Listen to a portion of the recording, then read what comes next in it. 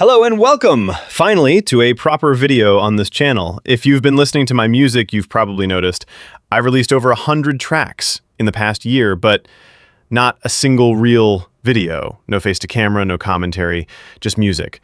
That changes today, not by accident, but by decision. After over 100 songs, I felt the moment had come. I'll still mostly let the music speak for itself, but once in a while, I plan to release proper videos like this one to share a few thoughts, stir things up, get your input, and give a little insight into why I do what I do, how and where I believe it fits in the bigger picture. Also, let me be honest, I'm fighting hard to keep this channel alive. YouTube's monetization rules only count listening hours from the past 365 days. That means everything before that gets erased, and I'm in a constant race to stay above the threshold.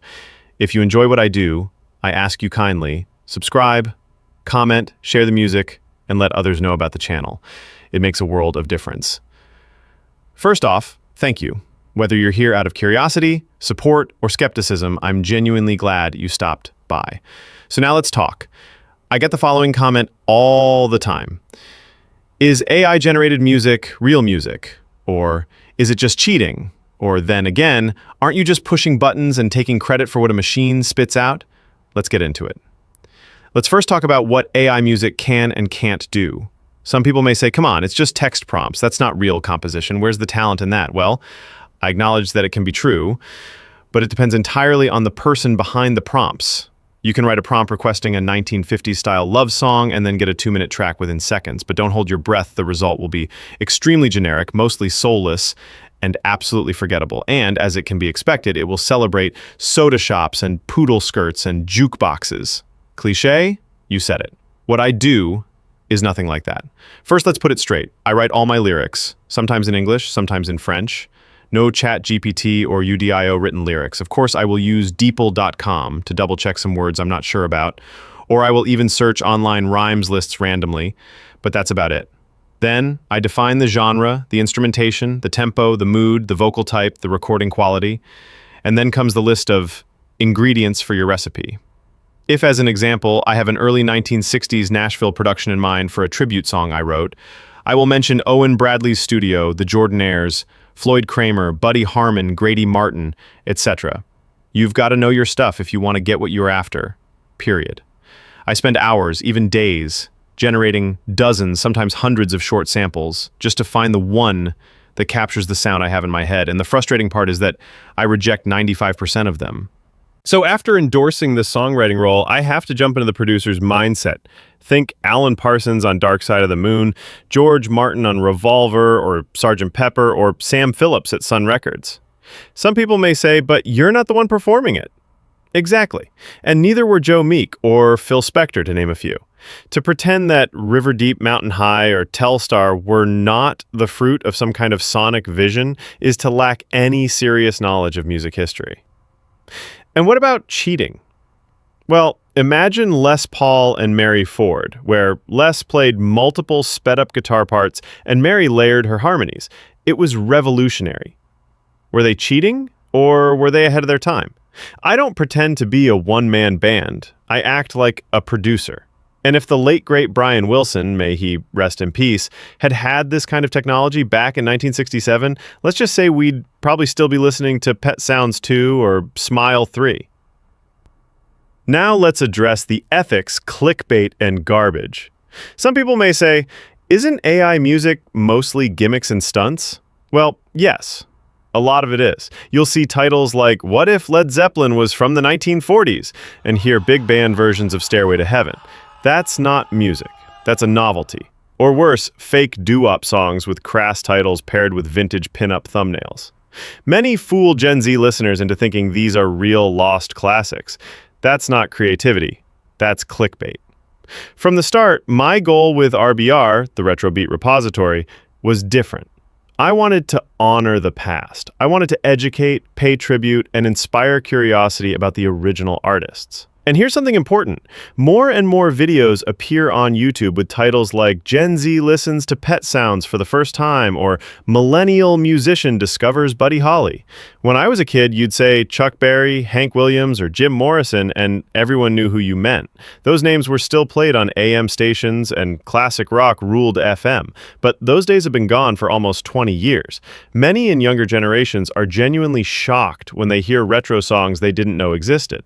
RBR creates new old music, always naming the genre and style it tributes. So someone might stumble upon one of my mid-60s tracks, and it could be their first contact with the British invasion.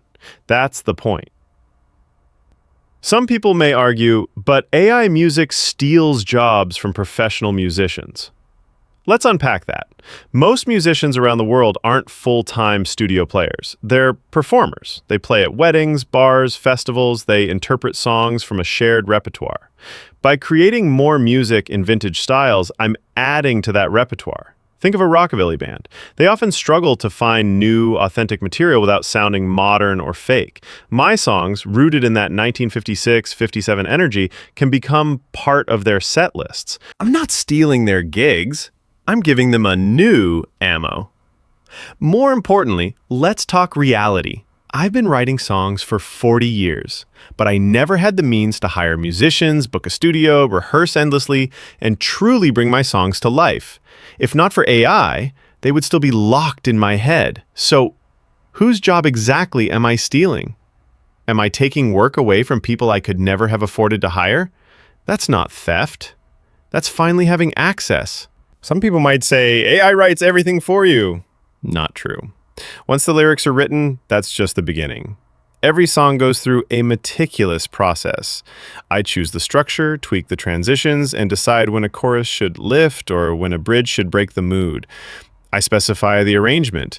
Do I want a 12-string rhythm guitar, a Wurlitzer piano, a trumpet break, a female choir in the background, or multi-layered harmonies in the chorus?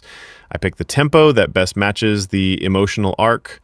I reject takes with flat delivery or wrong phrasing.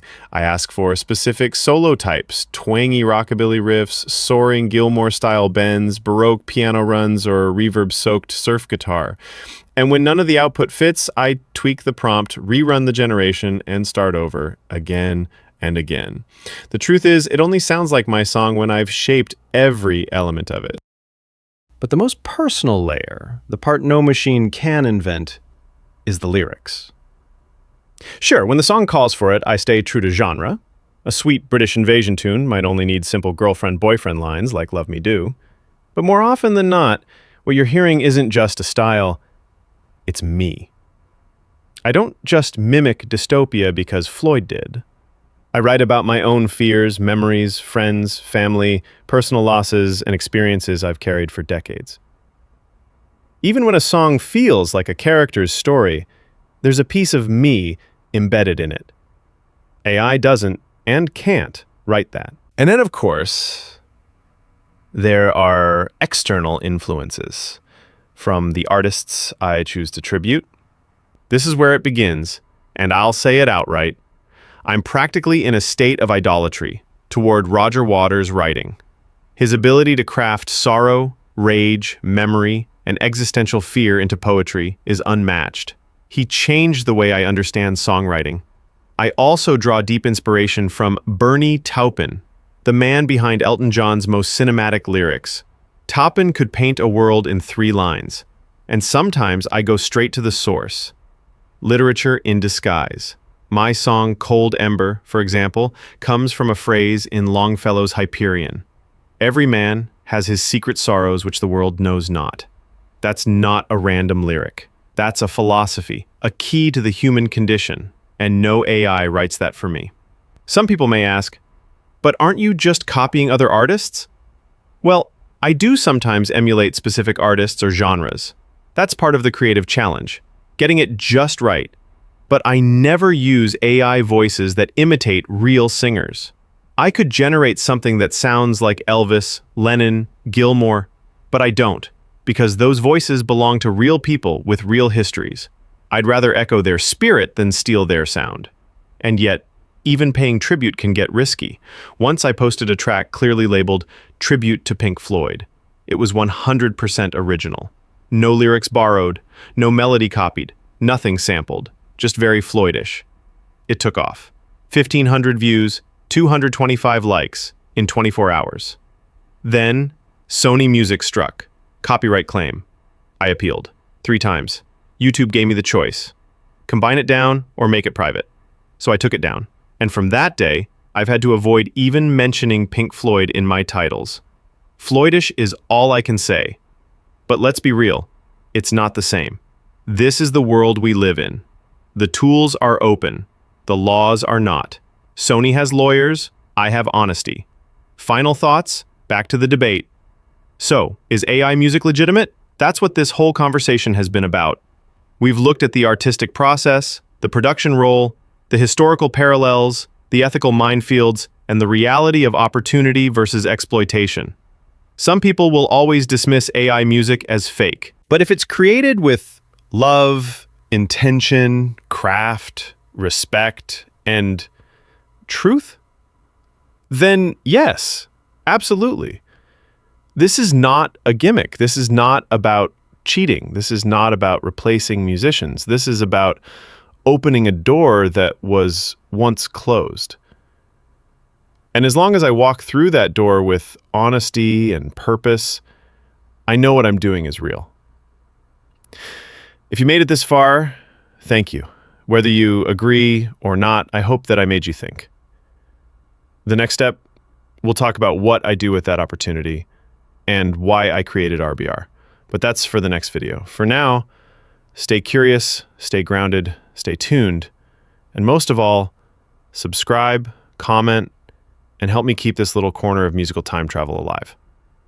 In the meantime, feel free to add in the comments what are the artists or the genre that you would like to see tributed on my channel. Or maybe let me know what songs from my repertoire are your favorite. I always love to interact with you guys, and I look forward to reading your comments. Rock on.